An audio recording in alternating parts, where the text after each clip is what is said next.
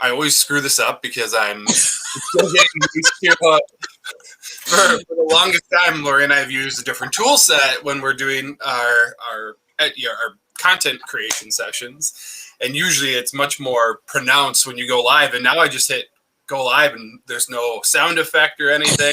Just the ticker. We're live. So, hello everyone. Welcome to not a exploration tech session, just a content exploration session here with Lori. Looking forward to discussing the topic of common problems caused by legacy e-commerce solutions. It's definitely a topic that we have a lot of experience in, and it's something that we deal with, I feel like, I wouldn't say in the daily, but it's definitely a frequent topic of conversation for us. Couple quick things. My name is Jared Heckber. I'm the Director of Sales and Marketing at Brilliance. I've been here for 5 years, and I truly, what I love about working for Brilliance specifically is because that we're working with a variety of businesses that are all looking to take advantage of technology, specifically e-commerce, to support their business and create this new revenue stream, or to expand that revenue stream. And it's a fun, exciting place to be because I love watching businesses grow off of the work that we're doing to support them. And I'll shut up and let Lori introduce herself. Yes, this will be a fun conversation today. A little bit about me. I started Brilliance 22 years ago. My background's in computer electrical engineering. I went to school at Purdue, and through an internship ended up at NASA Johnson Space Center, where I eventually worked as a flight controller for the space shuttle program, which was a super fun experience. I ended up meeting my husband there, and we ended up relocating to Milwaukee, Wisconsin, when he eventually took a job with Rockwell Automation and had a promotion opportunity that brought us to Milwaukee. And then I was trying to figure out what could be as cool as space. And so I decided to start a web development company. The web seemed like a neat place to be. That was in 1998. And we've grown over the years. We found that we were kind of uniquely equipped to work with manufacturers and distributors implementing digital commerce solutions. And yeah, so I'm really excited about the conversation that we're going to have here today. Absolutely. All right. So a couple housekeeping items. We're going to try some new things here. We're going to do a roll call. So if you have a minute, punch in where you're from. We'd love to see who we're connecting with out there. I'd also like to suggest that you follow us on LinkedIn. We're producing a lot of great content, and we hope that you find it of use. And yeah, let's get into it, Lori. All right. So I think as we start this conversation, the best way to frame it would be by starting to define legacy. What are we talking about when we say legacy? There's a number of ways people could take that. Why don't you start?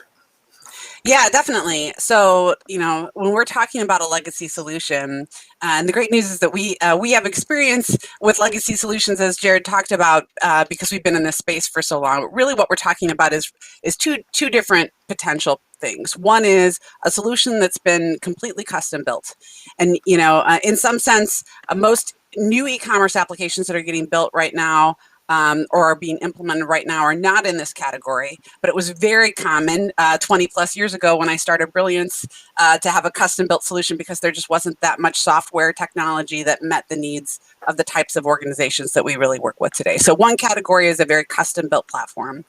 And in another sense, when we're talking about legacy, we're talking about an e-commerce software solution that hasn't been updated in a significant amount of time. And really, one of the things we're looking, it could be that your platform has available updates and you just haven't done them. That's one possible category. But really more what we're thinking of there is a platform that really, the platform itself really isn't making ongoing innovation and updates. And so you don't really have the opportunity to continue to improve on it. And so you're kind of stuck. And so that's what we're talking about when we're talking about legacy systems. And hey, Julian, thanks for the shout out. We're super excited that you're here with us. I'm curious if anyone watching, how you think of legacy systems or what you've run across in terms of legacy systems. I know that for me, when we were building, so in the beginning at Brilliance, we were building e-commerce sites in classic ASP. Which I'm not certain how familiar people on the call might be with that. In some cases have Microsoft Access backends, which wouldn't be something we would do anymore today, but very custom built. And could be something where we're kind of tearing our hair out in some ways with certain frustrations as we work to maintain them. You may have had experiences with that with some kind of custom built or legacy application too. Yeah, absolutely. All right. I think you covered legacy well, so I'm not going to try to define it any further at this point. Okay. All right. Good.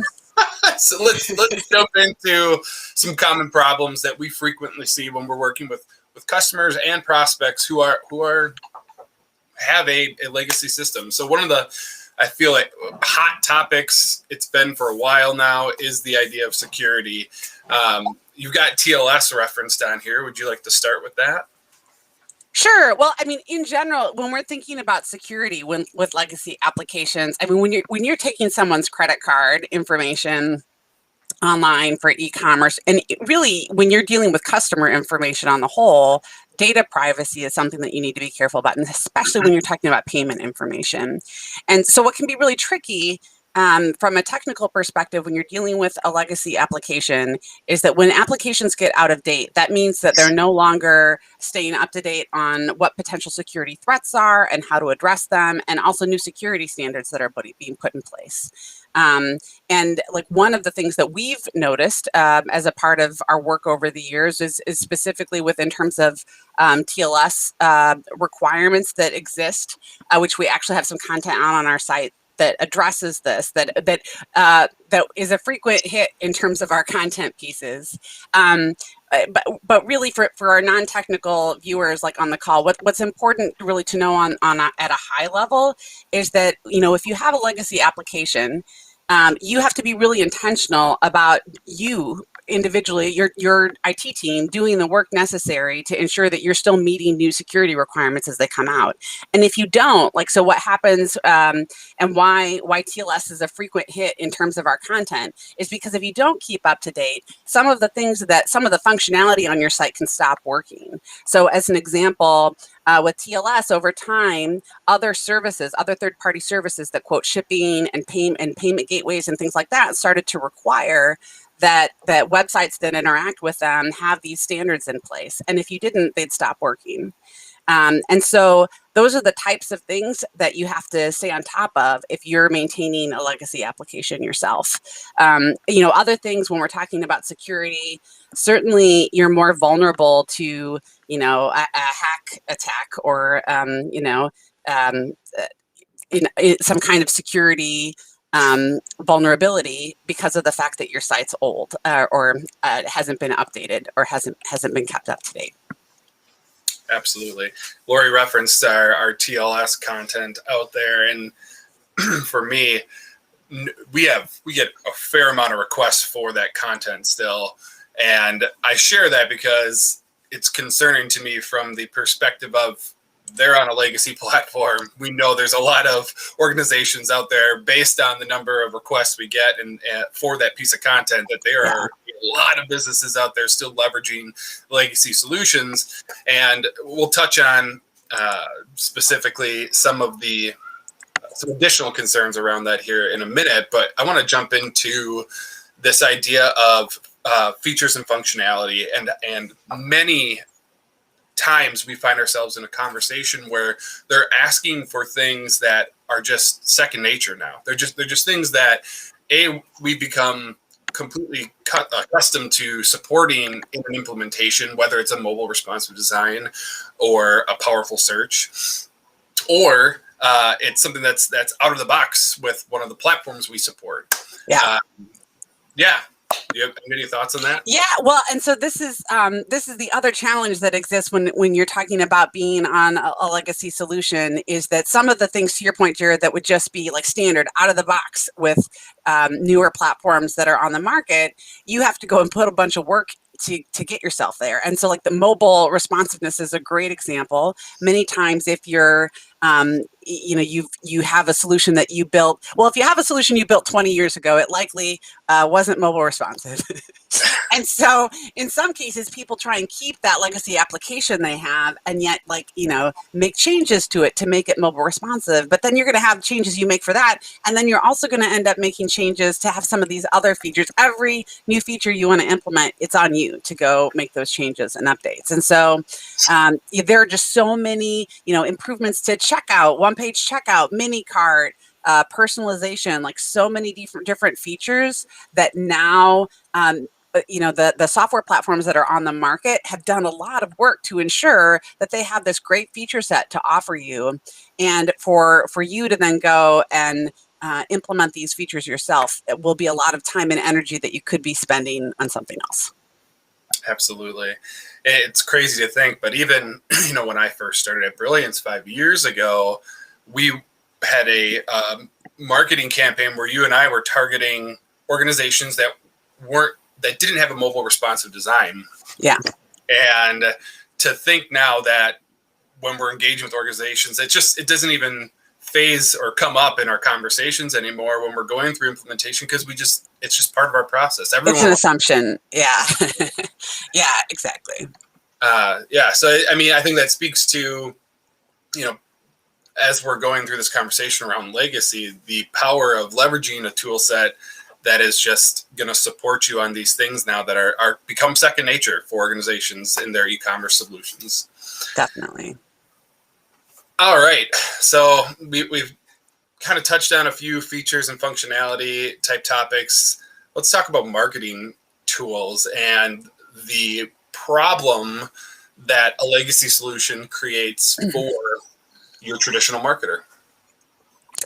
Yes. So in my experience, the challenge for marketing teams with legacy solutions is often that their hands are tied and in a variety of ways. So often with a legacy solution, there are some things that you can edit, but there are other things that you can't.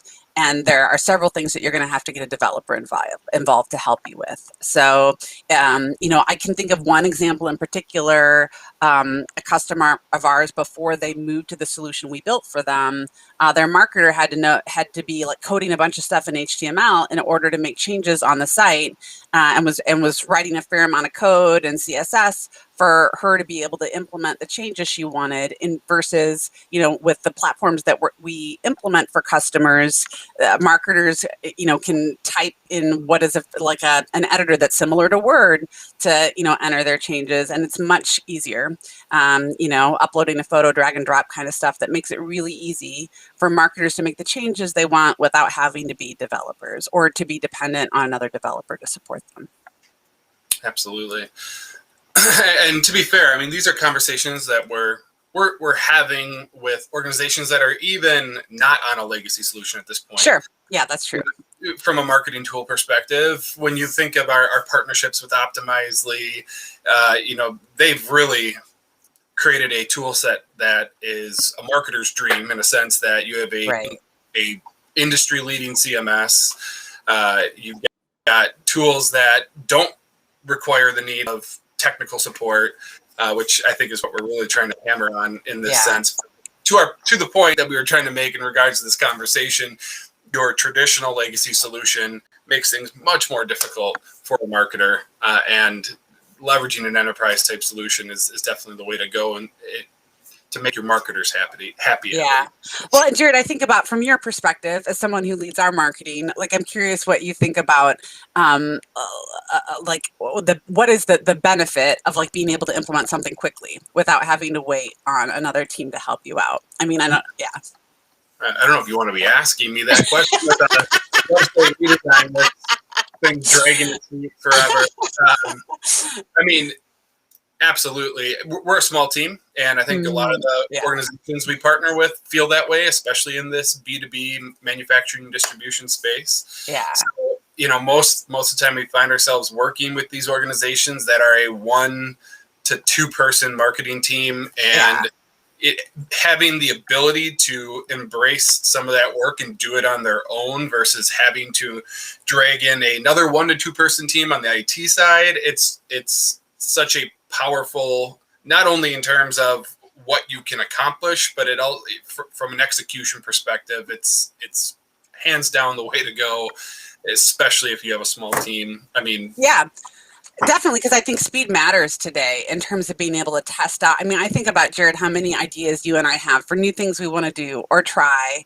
And then, and for our clients, as we engage with their marketing teams, we know they often have so many like great initiatives that they're working on. And certainly you don't want to be held back by your tech stack. Like you want it to make it easier, not harder. Absolutely.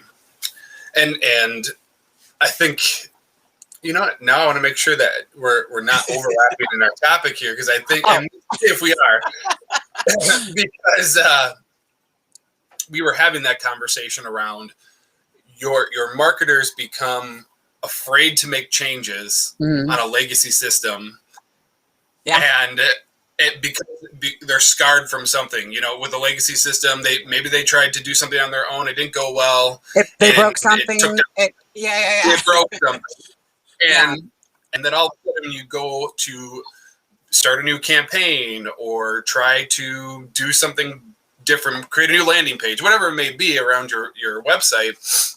You've got that, gun shyness in that, they're terrified then to create that same problem, make that same mistake, because they know what they went through the last time they did this.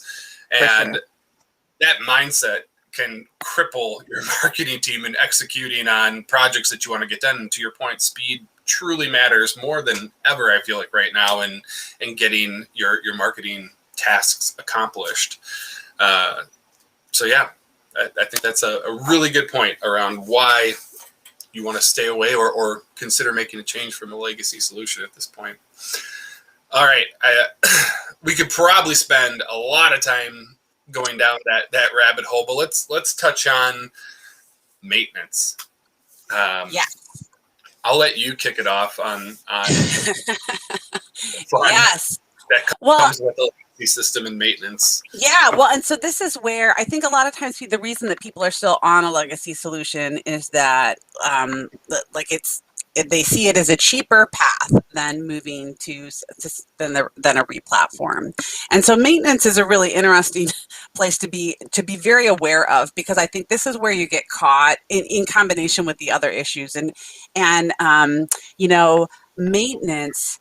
So like think about, in my experience, there are several things that will start cropping up over time with a legacy solution. Things like all of a sudden your real-time rates from your shipping provider stop working because, the way that you had shipping rates implemented is no longer supported, or a payment provider stops working, or it doesn't work on certain browsers. And so over time, these issues will continue to crop up and become more frequent. And so you've got a team that is now spending a fair amount of time like keeping your site running and like trying to ensure the functionality that was there before continues to work. That also is true for like integrations that you might have to other systems. Things will stop working, be time consuming to support.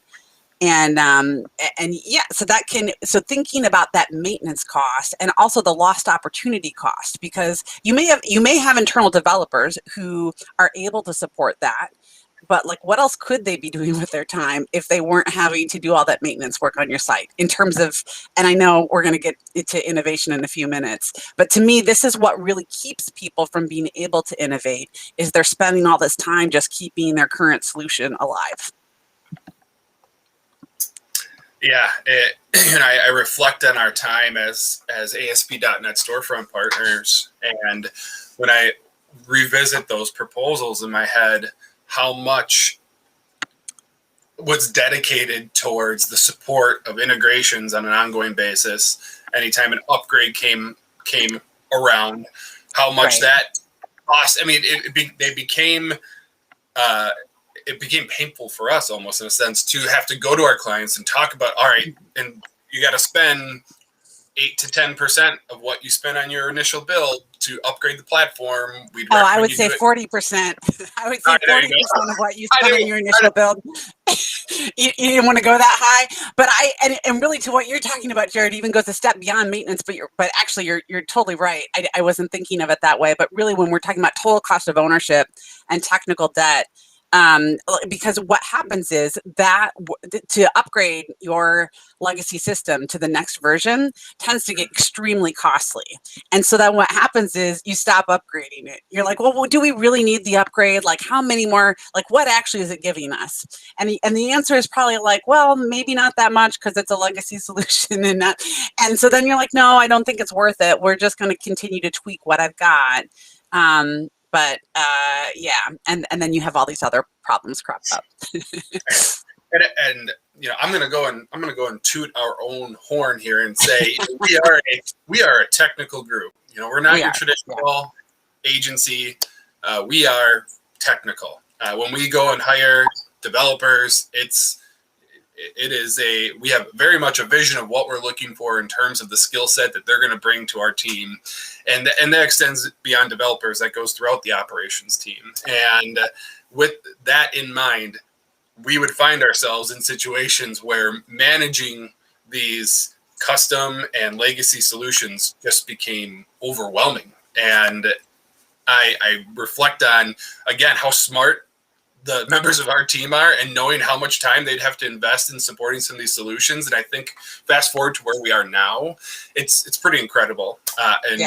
The power of having a solution that makes your life easier, both on the technical side and the marketing side. Right, because you want to be using your technical expertise not to keep the thing alive, but to doing something really strategic and innovative, which I think is maybe where we're going to go in a couple of moments, to really help your business grow. So leverage your talent in the best way possible, really. Absolutely. As coming from director of sales and marketing, the sales guy would be, it was almost painful. You wanted that sale, but at the same time you'd sit there and be like, all right, you got to spend this much money on an upgrade, but you could be spending it on innovating your platform, which it's a perfect transition into lack of innovation. So for those who are in attendance here with us, and you think you're on a legacy system, or you believe you are, you might be, or a custom solution, we would highly recommend you take a look around at your competitors' websites and see what they're doing. Lori, you want to tell why or share why? Well, I think, from my perspective, the way that you win in digital is by continually improving, right? So it's not a matter of launching something great and being done for the next 3 years until you do something again. It's a process of constantly improving. And what you likely already know, if you're here with us, is that you have some digital competitors that are doing well in the market. I mean, maybe that's Amazon or Grainger, or some other large B2B players in your space that have some really a great user experience online.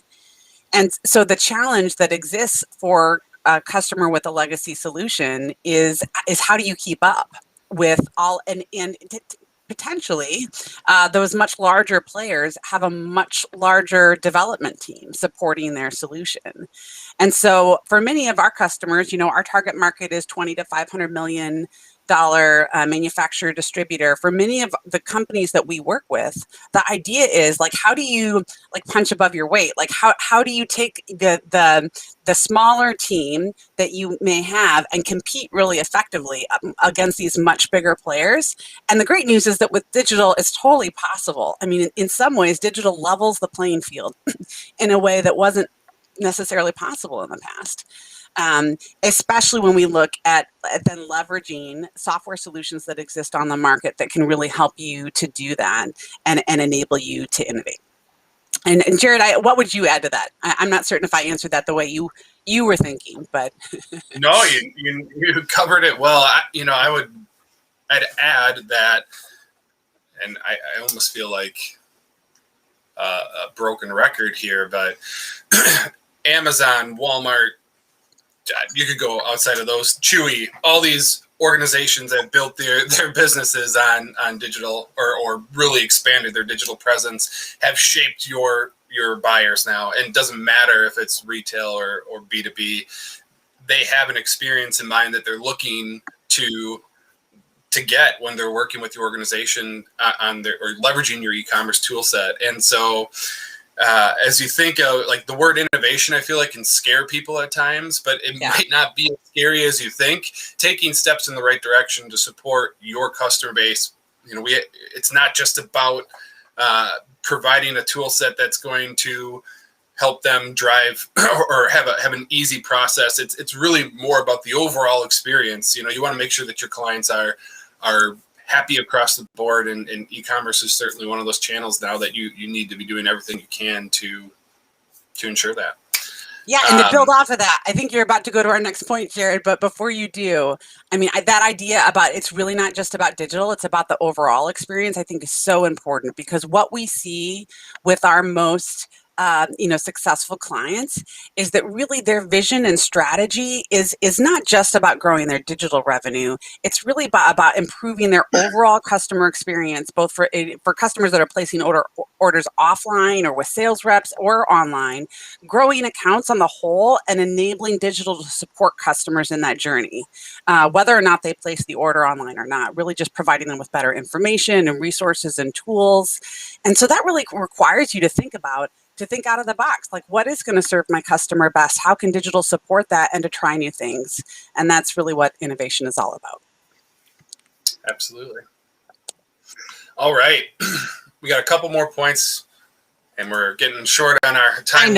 I know. We're running out of time. All right. We'll get through it. Well, yeah, we'll get there. All right, we can make this one quick because I think we covered it in some sense already. But the idea of finding a resource to support a legacy solution, we know how hard it can be to find developer talent, to find technical talent in the platforms that we're supporting, and they're not legacy. The idea of finding developers that can support your legacy solution is difficult. Absolutely. And so I think the quick, way to describe this is if you've got a homegrown custom built system, or a system that's no longer really, like, new features are coming out from your the software provider, and you've got a developer internally supporting it, what happens if that developer goes away, like leave something else? Like, finding someone else who knows your system is going to be really hard. And so that's just a really risky place to be.